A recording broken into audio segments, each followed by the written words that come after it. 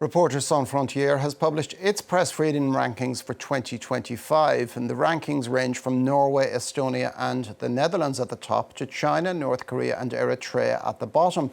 But the United States has also fallen to its lowest ever ranking at 57th, as concerns about editorial independence under the Trump administration gather steam. RSF has also remarked on a general decline in press freedom across the world, with its index at its lowest ever score, and it warns that the perilous economic status of media groups threatens press freedom. We're joined now by the Director General of Reporters Sans Frontières, Thibaut Bruttin. Good morning, Thibaut. This paints a rather gloomy picture for press freedom worldwide. Yeah, absolutely. It's unfortunately a situation that we monitor on a yearly basis, and what we see is that 60% of the countries we monitor have a decline of press freedom. So there are many explanations to that. We think that one of the most unspoken issue is the question of the economy of the media, which is something that we measure, and it is at its lowest currently, and we think we need to fix that collectively. Public policies should be put in place in order to stop that.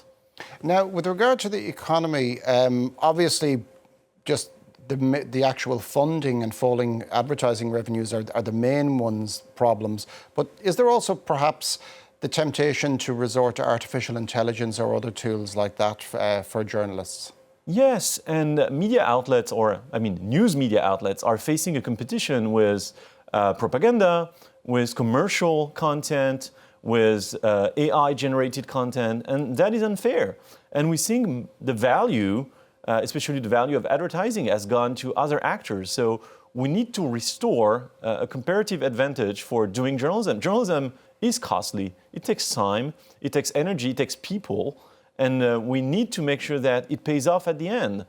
So there is a big issue that we need to solve, which is how to restore this advantage for journalism in a very dangerous and difficult media ecosystem.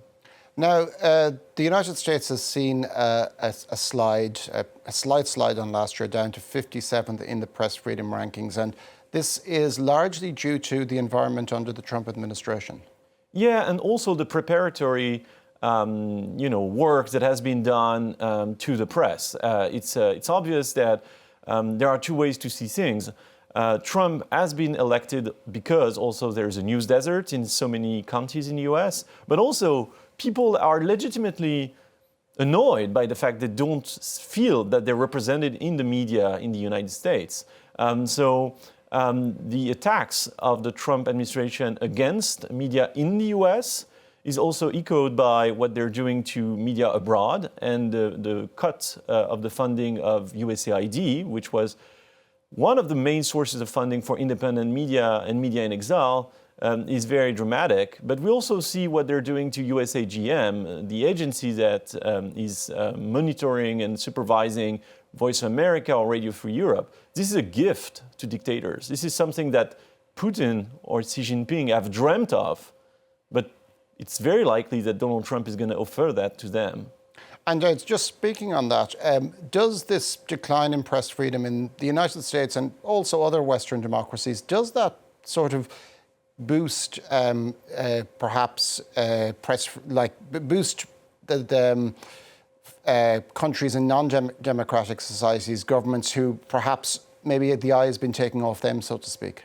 Yes, and every time there is a decline or shortening of the budget of media outlets in Western democracies, we see an uptick of the interest for the production, the content of propaganda outlets. Nature hates the void.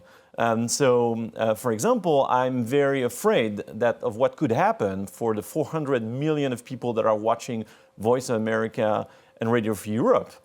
It's very likely that when the US withdraw, we'll see more Russian propaganda, more Chinese propaganda, and we need to make sure that the voice of democracy and of free press is heard. That's why I think it's very important to have outlets like France 24 doing its job. Thank you very much for that, Thibaut Bruttin of Reporters Sans Frontières.